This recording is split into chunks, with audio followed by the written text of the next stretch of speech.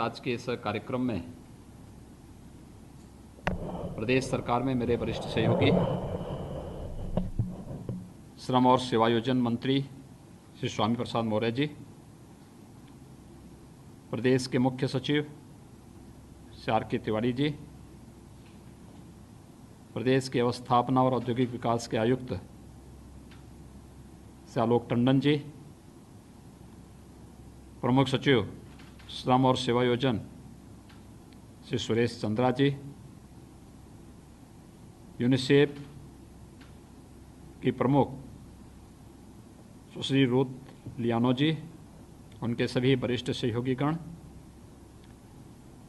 और video conferencing के माध्यम से प्रदेश के विभिन्न जनपदों से जुड़े हुए श्रम विभाग तथा बाल श्रम निषेध से जुड़े हुए विभिन्न संगठनों के पदाधिकारी सदस्यगण और उपस्थित भाइयों बहनों, मैं अंतर्राष्ट्रीय बाल श्रम निषेध दिवस के अवसर पर आप सबका हृदय से स्वागत करता हूं, अभिनंदन करता हूं। देश के अंदर एक बड़ा समूह ऐसा है जिसे अपने पारिवारिक परिस्थितियों के कारण बाल श्रम करने के लिए मजबूर होना पड़ता रहा है। इन सब से मुक्ति के लिए समय समय पर सरकारों ने कदम उठाए हैं, लेकिन उस सब के बावजूद यह महसूस किया जाता रहा है कि बहुत सारे परिवारों या बहुत सारे बच्चे ऐसे हैं जिनकी मजबूरी थी कि वे बाल श्रम करें। ऐसे बच्चों को जिन्हें इनके बचपन में स्कूल जाने, आगे बढ़ने और अपने भविष्य को संवारने और अपने प्रतिभा का लाभ देश और दुनिया को देने का अवसर मिलना चाहिए, जब बचपन में ही वे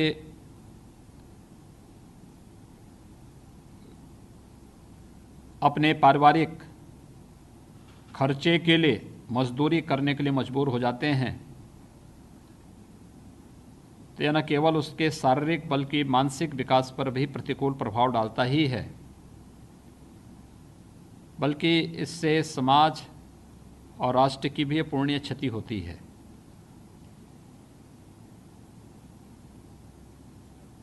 इन सभी को समय समय पर बाल श्रम से मुक्त करने के लिए केंद्र और प्रदेश सरकार ने अनेक अधिनियम बनाए और उन्हें हर प्रकार का प्रोटेक्शन देने का प्रयास भी किया। उत्तर प्रदेश सरकार इसी दिशा में बढ़ाए गए एक नए कदम की ओर आज आप सबके साथ है, जिसमें 8 वर्ष से लेकर 18 वर्ष तक के उन सभी बच्चों को जिन्हें स्कूल में होना चाहिए, लेकिन पारिवारिक परिस्थितियां, किसी की माता नहीं है, किसी के पिता नहीं हैं, किसी के दोनों नहीं हैं, या फिर माता पिता दोनों दिव्यांग हैं, या माता या पिता में से कोई एक व्यक्ति दिव्यांग है, माता या पिता या दोनों में से कोई एक सदस्य किसी असाध्य बीमारी से ग्रसित है, या फिर कुछ ऐसी अन्य परिस्थितियां हैं जिनके कारण उन्हें अपने परिवार के भरण पोषण के लिए आगे बढ़ कर के कार्य करना पड़ता था। ऐसे बच्चों के लिए आज एक नई योजना उत्तर प्रदेश के अंदर प्रारंभ की जा रही है। बाल श्रमिक विद्या योजना के नाम पर यह योजना प्रारंभ हो रही है। इस योजना में पहले चरण में जिन 57 जनपदों में सर्वाधिक बाल श्रम से जुड़े हुए कामकाजी बच्चे अब तक रिकॉर्ड किए गए हैं, वहाँ पर 2000 बच्चों का चयन करते हुए उन्हें बालकों को 1000 रुपये प्रतिमाह, बालिकाओं को 1200 रुपये प्रतिमाह देने की व्यवस्था के साथ ये योजना लागू की जा रही है।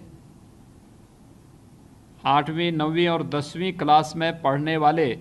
बच्चों को प्रतिवर्ष 6000 रुपये की अतिरिक्त सहायता देने का भी प्रावधान इस योजना में दिया गया है। यानी एक ऐसी योजना जिसमें उन परिवारों के लिए और उस बच्चे के सभी प्रकार के उन खर्चों को उठाने का दायित्व श्रम विभाग अब अपने ऊपर लेने जा रहा है और बड़ी अच्छी शुरुआत 2000 बच्चों से की जा रही है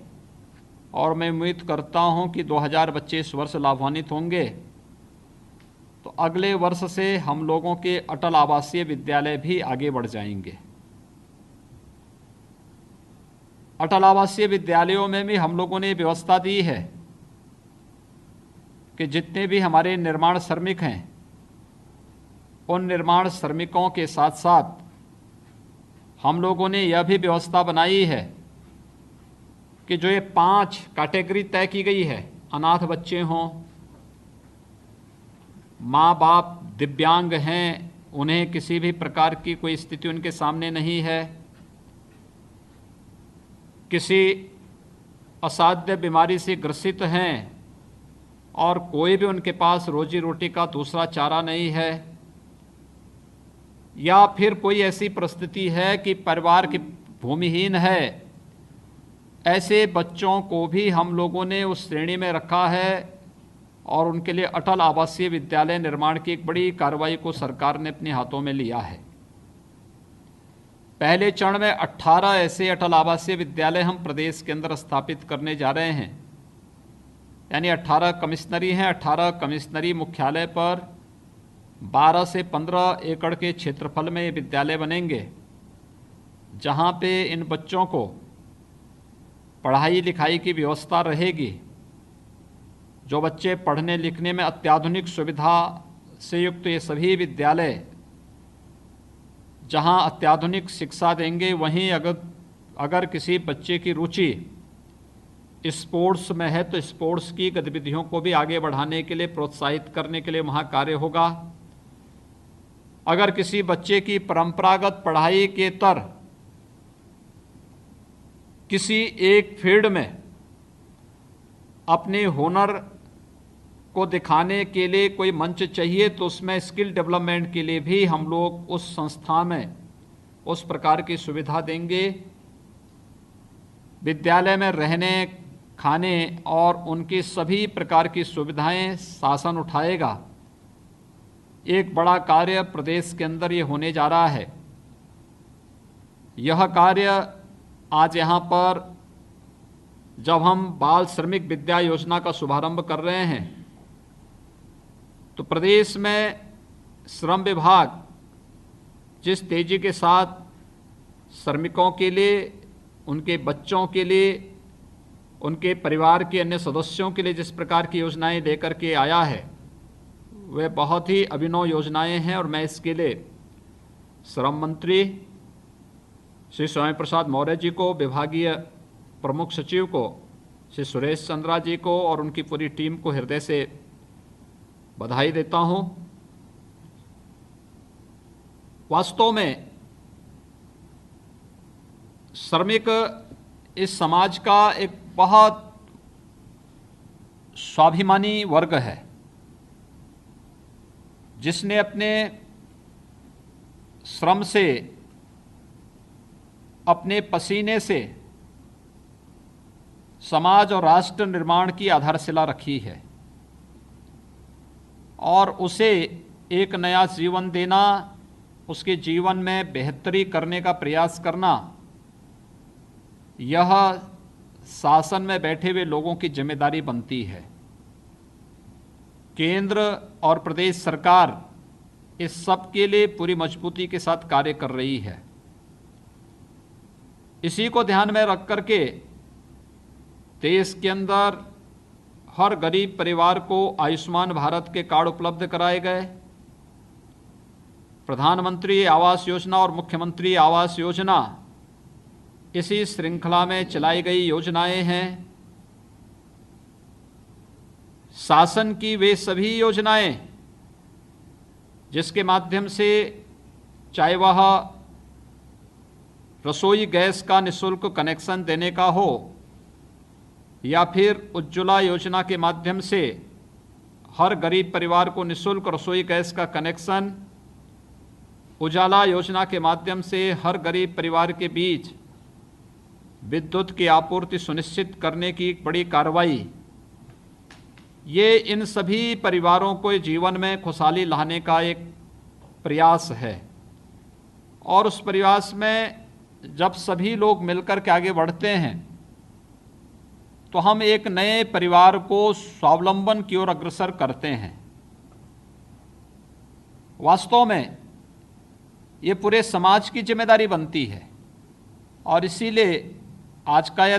दिन बहुत महत्वपूर्ण है जब अंतर्राष्ट्रीय बाल श्रमिक निषेध दिवस के रूप में हम लोग इस संकल्प के साथ यहाँ जुड़े हैं कि अगर किसी परिवार को जो इस कैटेगरी में आ रहा है, जिन बच्चों का हम सिलेक्शन आज यहाँ पे करने जा रहे हैं, वे परिवार अगर उनके पास राशन कार्ड नहीं तो उन्हें राशन कार्ड की सुविधा उपलब्ध कराने, अगर उस परिवार के पास आयुष्मान भारत का कार्ड नहीं तो आयुष्मान भारत के कार्ड से उपलब्ध करवाने,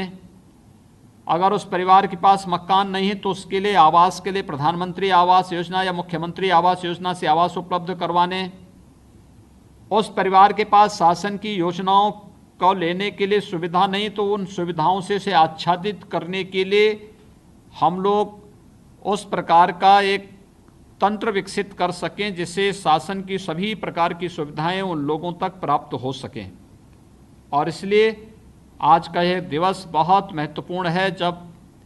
प्रदेश के पहले चरण में 57 जनपदों के 2000 बच्चों को, बालक और बालिकाओं को आज हम लोग इस बाल श्रमिक विद्या योजना के साथ जोड़ रहे हैं। मैं इस अवसर पर प्रदेश के उन सभी जनपदों से जुड़े हुए जो भी हमारे पास बाल श्रमिक उपस्थित हुए हैं उन सबको हृदय से बधाई देता हूं, अपनी शुभकामनाएं देता हूं। और उन सब से मैं एक ही बात कहूंगा